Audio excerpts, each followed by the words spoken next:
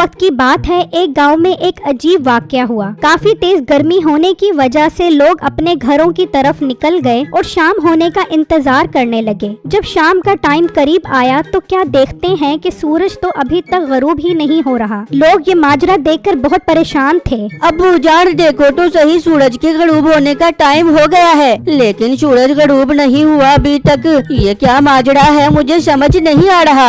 बेटा मुझे भी समझ नहीं आ रहा कि सूरज क्यों गरूब नहीं हुआ। इस टाइम तो रात के 9 बज रहे हैं। हाय बेटा मुझे बहुत डर लग रहा है।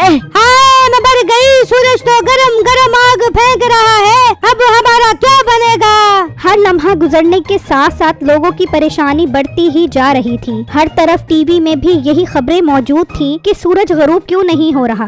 टीवी वाले बता रहे हैं कि आज सूरज गरूब नहीं हुआ। चल बाहर चल के देखते हैं ये सच भी है कि नहीं। ओ बेगम आराम से बैठ जा, ये खबरों वाले भी सब झूठ बोलते हैं, इनका काम ही झूठ बोलना है। मिठे ये तो बहुत बड़ी खबर है, ऐसे कैसे वो झूठ बोल सकते हैं। तू चल तो सही, बाहर चल के देख के आते हैं। फिर जब वो दोनों बाहर आते हैं तो देखकर हैरान रह जाते हैं कि रात के 10 बजे भी सूरज मौजूद है और अपनी गर्मी बरसा रहा है। हाय मिठे सूरज गरूब नहीं हुआ, मुझे टीवी वाले सच कह रहे थे, अब हम क्या कर पाएंगे।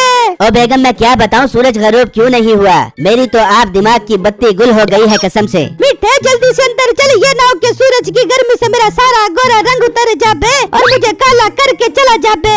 ये कहकर वो दोनों अंदर आ जाते हैं और सोचने लग जाते हैं ये सब हमारे गुनाहों की सजा है जो आज सूरज गरूब नहीं हुआ। ये सब तेरी गंदी जबान की वजह से हुआ है, तेरी गंदी जबान के गुनाहों की सजा मिल रही है मुझे। नहीं जबान तो सिर्फ मेरी गंदी है, तेरे मुंह से तो जैसे फूल निकलते हैं ना। बेगम आपस में लड़ने का कोई फायदा नहीं है, हम सब गांव वालों को इकट्ठा करते हैं और इस मसले से बचने के लिए सब मिलकर अल्लाह से दुआ करते हैं कि वो हमें इस मुसीबत से निकाल दे। फिर वो सब बिट्टू के घर इकट्ठे हो जाते हैं और अल्लाह से दुआएं मांगने लग जाते हैं कि सूरज गरूब हो जाए और रात का अंधेरा दिन की रोशनी की जगह ले ले, लेकिन कोई भी फर्क नहीं पड़ता। बेटा हमारी दुआएं भी अब तो कोई असर नहीं कर रही, मुझे नहीं लगता कि अब सूरज गरूब होगा। अंकल मुझे तो लग रहा है अब ये हमारी जान लेकर ही गरूब होगा। मीठे भाई ऐसी बातें मत करें। अच्छा बोले, मैंने तो अभी इस दुनिया में कुछ देखा ही नहीं है। नहीं तो तूने कुछ देखकर कौन सा बराक ओबामा का साला बन जाना है, ये सूरज देख रहा है ना, यही काफी है। अपना मुंह बंद करो, यहाँ इतनी मुसीबत आई हुई है और तुम्हें मजाक क्यों दे रहा है। बेटा साथ वाले गांव में एक बहुत बड़े आमिल बुजुर्ग रहते हैं, वो बहुत नेक इंसान है, हम उनके पास चलते हैं, वो जरूर हमें कुछ न कुछ हल बता देंगे।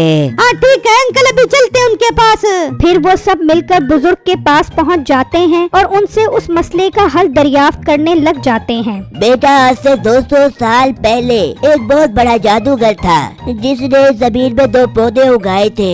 वो दोनों जादुई पौधे हैं जिनका मकसद इस दुनिया का निजाम खराब करने की कोशिश है। आज वो दोनों पौधे तैयार हो गए हैं, अगर वो दोनों पौधे तोड़कर दरिया में डाल दिए जाए तो दुनिया का निजाम ठीक हो जाएगा। और बुजुर्गो वो पौधा है कहाँ, हमें पता कैसे लगेगा, हम वो पौधा तोड़ेंगे कैसे। बेटा ये तो मुझे नहीं पता, लेकिन वो दोनों पौधे किसी घाटी के ऊपर लगे हुए हैं, अगर तुम उसे तोड़ने में कामयाब हो गए तो सब कुछ पहले जैसा ठीक हो जाएगा। बाबा जी इतनी बड़ी दुनिया है, कहाँ से उसको ढूंढ बेंगे। चलते चलते मेरे नाजुक पाँव में छाले पड़ जाएंगे। बस बेटा मैं इतना बता सकता हूँ कि वो पौधे इस गांव के करीब एक जंगल में है। ठीक है हम सब जाएंगे उसे तोड़ने के लिए।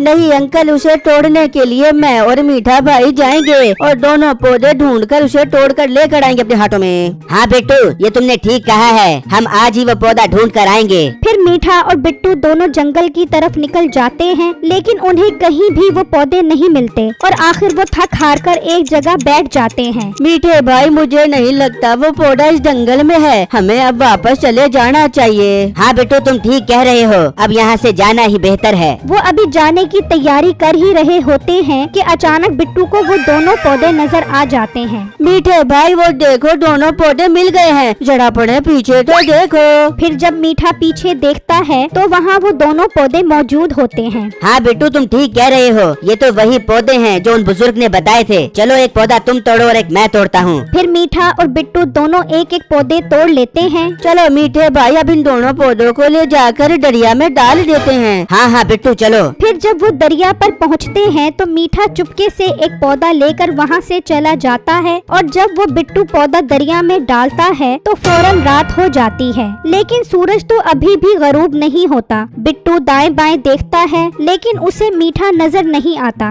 ये मीठा भाई कहाँ चला गया है पौधा दरिया में डाले बगैर? फिर वहाँ मीठा पौधा लेकर घर आ जाता है और अपनी बीवी को बताता है। मीठे, ये पौधा क्यों घर लेके आ गया? जाकर इसे दरिया में डाल दे। बिट्टू ने दरिया में डाल दिया तो रात हो गई है। तू भी इसे दरिया में डाल दे तो सूरज गायब हो जाएगा और चांद बाबू निकल आएगा। ओ बेगम जरा सब्र कर, तू मेरी सियासत नहीं समझ सकती। ओ बेगम, हम इस पौधे की पूरे गांव वालों से 50 लाख रुपए लेंगे, फिर ये पौधा दरिया में डालेंगे। लोग इतने तंग हैं कि हमें भागकर 50 लाख रुपए दे देंगे। अरे वाह मीठे, ये तो मैंने सोचा नहीं था। मीठे, अब तो मैं तुझे मान गई, तू बहुत ज़हीन इंसान है। तू मुझे और अपने आप को अमीर करने की कोई कसर नहीं छोड़ देगा। फिर अगले ही दिन मीठा उनसे 50 लाख की डिमांड कर देता है। मीठे भाई, ये बिल्कुल ठीक नहीं है। इससे तो हम पूरे गांव वालों को बहुत नुकसान हो जाएगा। आप हमारी मजबूरी का फायदा उठा रहे हैं। और चूहों से भरी नाक वाले मोटे, ज्यादा मुझे सबक पढ़ाने की जरूरत नहीं है। अगर पौधा लेना है तो आज शाम को मुझे 50 लाख रुपए दे दे, वरना मैं ये पौधा जला दूंगा। नहीं मीठे भाई, ऐसा मत करना, वरना तो हम तबाह बर्बाद हो जाएंगे। ठीक है मीठे, हमें सौदा मंजूर है। आज ही हम तुम्हें 50 लाख रुपए जमा करके देते हैं। तुम फिर फौरन बिट्टू को वो पौधा दे देना।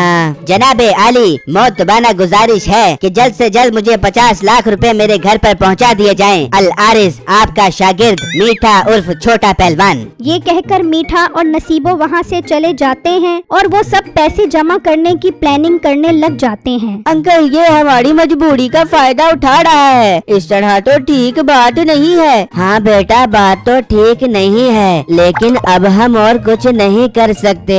अंकल, एक बात मेरे जहन में आ रही है। क्यों ना मैं 50 लाख की कापियों के सबसे ऊपर असली नोट रख दूं और नीचे सारे नकली नोट रख दूं। ये इतना लालची है, पैसे देखकर पागल हो जाएगा और पौधा मुझे दे देगा मेरे हाथों में। नहीं बेटा, वो बहुत तेज है, समझ जाएगा।